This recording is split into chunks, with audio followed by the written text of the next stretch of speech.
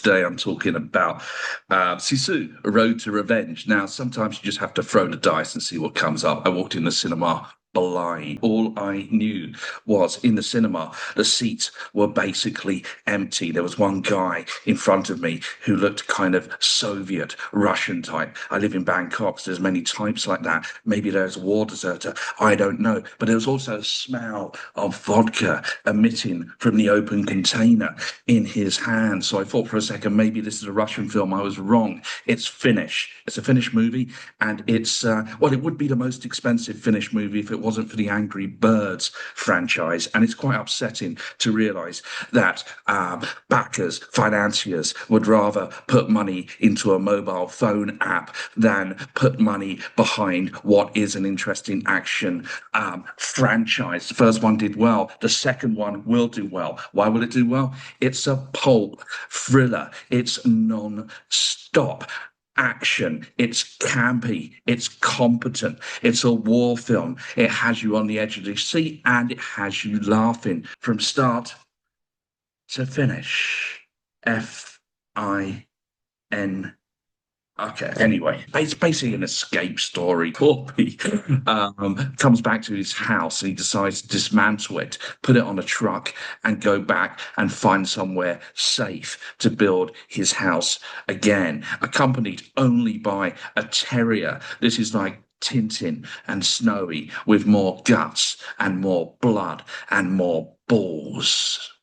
Another thing I loved about the film was the soundtrack. The soundtrack was awesome. For the action scenes, it's right there with you. And title cards are straight out of a Tarantino film by way of black exploitation cinema, Grindhouse. This is Pulp. As I said, it doesn't pretend to be serious.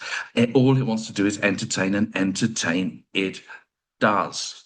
The main character, Corby, doesn't say a word. He's a silent hero. When do we get silent heroes? I was thinking about Machete. He's kind of quiet. Or Clint Eastwood in the spaghetti westerns. The main character, he just grunts.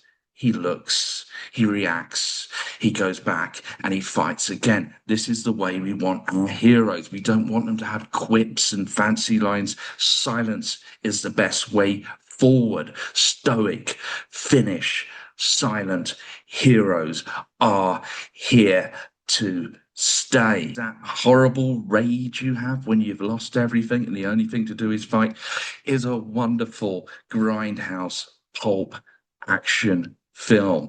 It is not trying to be serious. Don't take it seriously. It's a plot-driven action film. It stands up with war films, like it's a Second World War film. It stands up with like the Dirty Dozen, Escape to Victory. It's one of those types of films. It's not like, Schindler's List.